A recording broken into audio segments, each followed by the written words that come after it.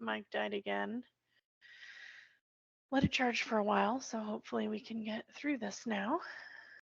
Okay.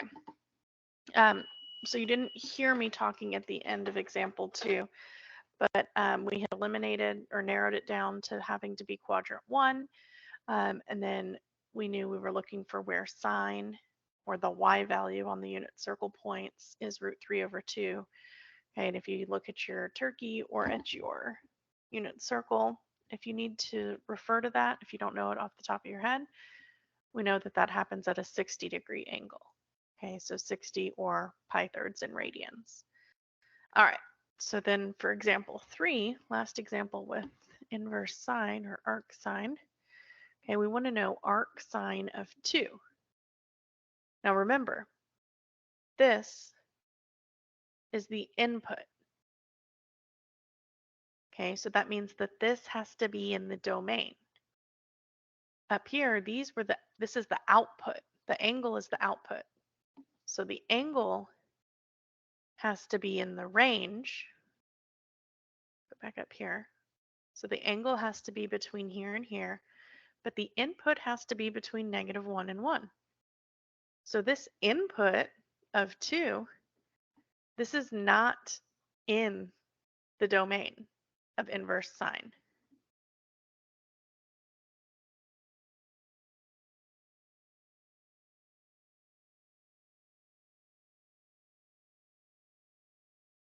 Which is -1 to 1. So that means that this has no solution.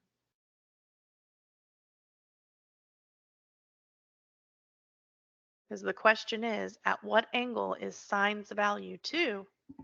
The answer is nowhere. Never at any angle is sine's value 2. If you think about the original sine graph, the highest it gets is 1, the lowest it gets is -1. It's never up to 2. So that one has no solution. So if your input is not in the domain of the inverse trig function, your answer is just going to be no solution. All right, so same concept, but this time talking about cosine. So here's on the left is the graph of cosine. It's the same sinusoidal wave, but it starts, the y-intercept is up at 1.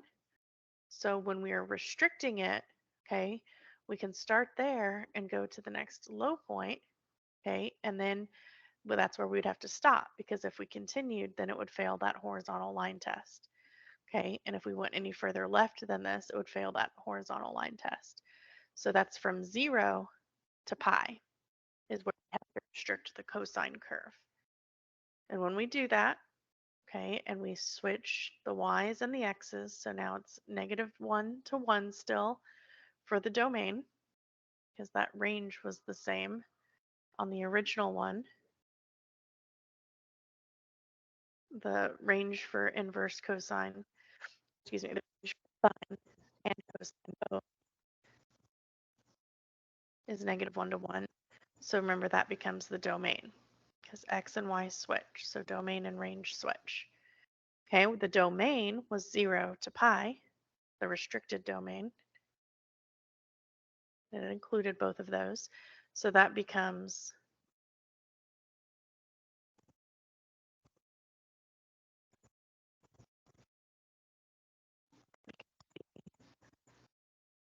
range. Let me try and draw that again a little better. There we go. Okay. And again, same as we said before, we can use this symbol with the -1 showing that this is inverse cosine, or you can write it as arc cosine. That means the same thing. Okay, now, if we are restricting cosine values to 0 to pi, okay, thinking about the unit circle, 0 is 0 and pi is 180 degrees. So 0 to 180, that's the semicircle, the top half of the unit circle. So this one is going to be restricted to quadrants 1 and 2 instead of 1 and 4. And again, if you need a graphic for that, you can draw yourself a little picture. So this is 0. Here's pi. And what happens is we can go anywhere in this direction. We will not include these, okay? Because here in quadrant 1 is when cosine is positive, and if you're looking for a negative cosine value, that would come from quadrant 2, because in quadrant 2, cosine is negative, because the x values here are negative on the unit circle. So our answers are just going to be positive angles from 0 to pi. So in example 4, it says arc cosine of root 2 over 2. Okay, so if you need the visual, you can sketch a xy axis for yourself. We know it's not down here because inverse cosine doesn't exist down here. It's only from 0 to pi. Well, the fact that this value is positive, calculate positive sine, and it's coming inverse sine or inverse cosine, I should say. It's coming from quadrant 1. Okay, so this is going to, our answer is going to be coming from quadrant 1, not 2, because in quadrant 2, the cosine values are negative. This one's positive. Okay, and then you just have to remember at which angle the cosine is root 2 over 2. And hopefully you remember that's at a 45-degree or a pi fourths reference angle, because there the ordered pair is root 2 over 2, root 2 over 2. Okay, so that's at 45 here in degrees, or pi fourths in radians. Okay, so the fact that that was positive is what. Okay, and then example says, what about inverse cosine of -1? A little bit. Yeah, let me turn this back on. Okay, so inverse cosine of -1. It's going to be somewhere between 0 and pi. It's not going to come from down here. Okay, where's the cosine value -1? Well, hopefully you remember, and that's at this point here. Remember, this point is -1, 0.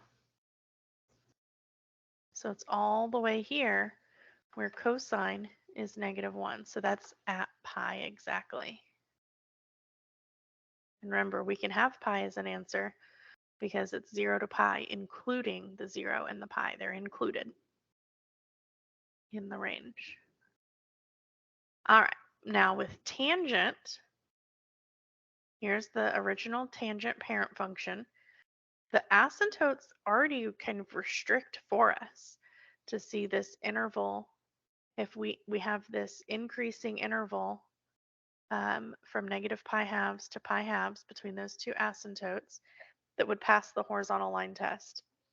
But if I start to include another interval to the left or right of that, it would fail. So we're just going to include that one middle interval from -pi halves to pi halves. So that's where we're restricting it. So the restricted domain is -pi halves to pi halves. What's different about this one than sine, though, is that we would use parentheses, not brackets, because they're not included. Okay, there's not a point actually at those values. They're asymptotes. It doesn't exist there. So make sure you have parentheses instead of brackets. Now the range for sine and cosine, the lowest it went was -1 and the highest was 1. But for tangent, we've got arrows on top and bottom. It goes both directions forever. So that's from -infinity to +infinity. So remember, we switched those for the inverse. And here's what the inverse would look like graphed. So our domain is -infinity to infinity. So this means when I do inverse tangent or arc tangent, I can have any input. So like that inverse sine example where 2 wasn't in the domain, so there was no solution. That's not going to happen here. The domain is all real numbers. Okay, so it's the range that becomes